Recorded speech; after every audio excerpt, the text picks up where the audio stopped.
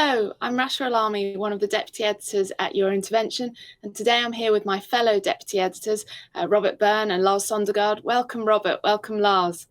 Today, we're here to present the top 3 cited papers of the journal in terms of Altmetrics from EuroPCR 2020 to EuroPCR 2021. These papers have really been widely publicised and discussed on social media and have contributed to our learning and education in cardiology. So let's begin by going through our papers. And Lars, you're here to tell us who made third position. Please tell us a bit more about it. Yes, Rasha. At number 3, we have the paper entitled Management of Myocardial Revascularization Failure. It's an expert consensus document from the EAPCI by Giuliano Stefanini.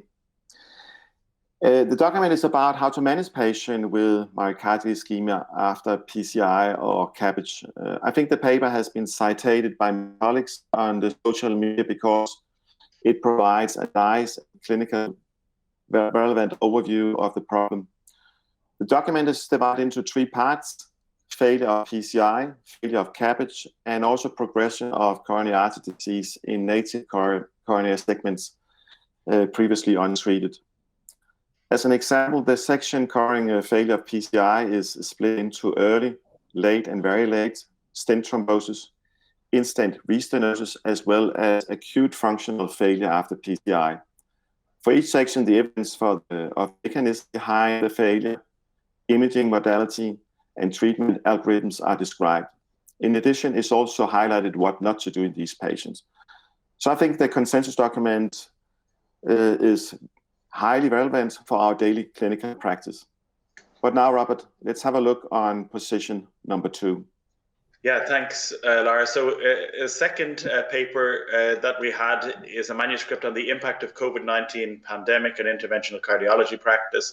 And it's the results of an EAPCI survey. And the paper is authored by Marco Raffi and colleagues. And of course, over the last 12 to 15 months, sometimes we've thought of little else apart from the impact of coronavirus on our practices.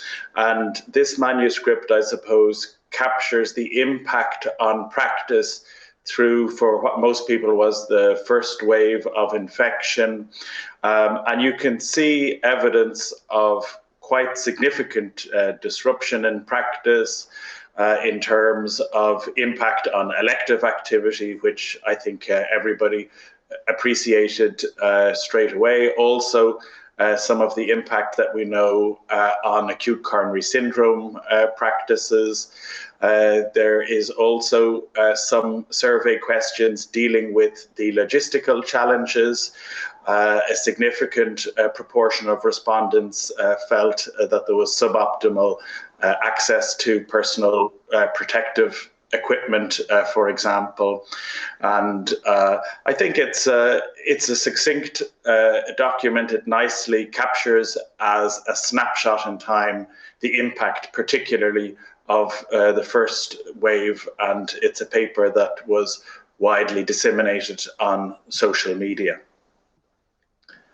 Rasha, perhaps don't keep us waiting any longer, then let us know who was in first place. Thanks very much, Robert. Of course. So actually the top paper of the year in terms of Altmetrics is a paper that was very widely read and disseminated on social media. It was the EAPCI expert consensus document on ischemia with non-obstructive coronary arteries in collaboration with the European Society of Cardiology Working Group on coronary pathophysiology and microcirculation, and it was endorsed by the Coronary Vasomotors and Disorders International Study Group. It was authored by Vijay Kunadian and colleagues, and it was published in July 2020.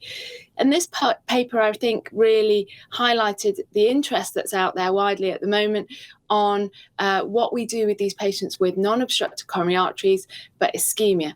And I guess over the last few years, they've really been increasingly, there's been a focus on how we investigate and manage these patients, probably a group that was under-investigated and under-managed in the decades that have gone before, and perhaps we were very quick to tell these patients that they had non-cardiac pain and discharge them. There are some implications from this paper in terms of our practice. It tells us quite a lot about what we should do in terms of non-invasive evaluation. It also gives us some strategies in terms of invasive evaluation in the cath lab, and then how we diagnose these various Inoka endotypes, the epicardial vasospastic angina, microvascular angina, and maybe the combination group. And then once we work out which groups we have there, they give us some suggestions on how we treat these patients and how we discuss their diagnosis with them. So this really has been a document I think that people are interested in. It's started to guide our management. It's clearly a topic that has a much wider interest, and it's added to our learning in the field. Yeah, I think definitely it's a hot topic. It's an interesting topic. I think many of us are adopting some of the strategies into our practice. And for me, I think my practice is changing.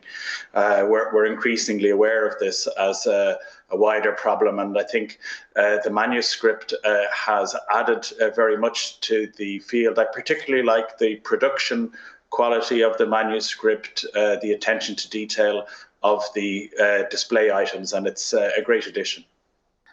Yeah, so it's going to be interesting to see what's going to be the dominant topic next year.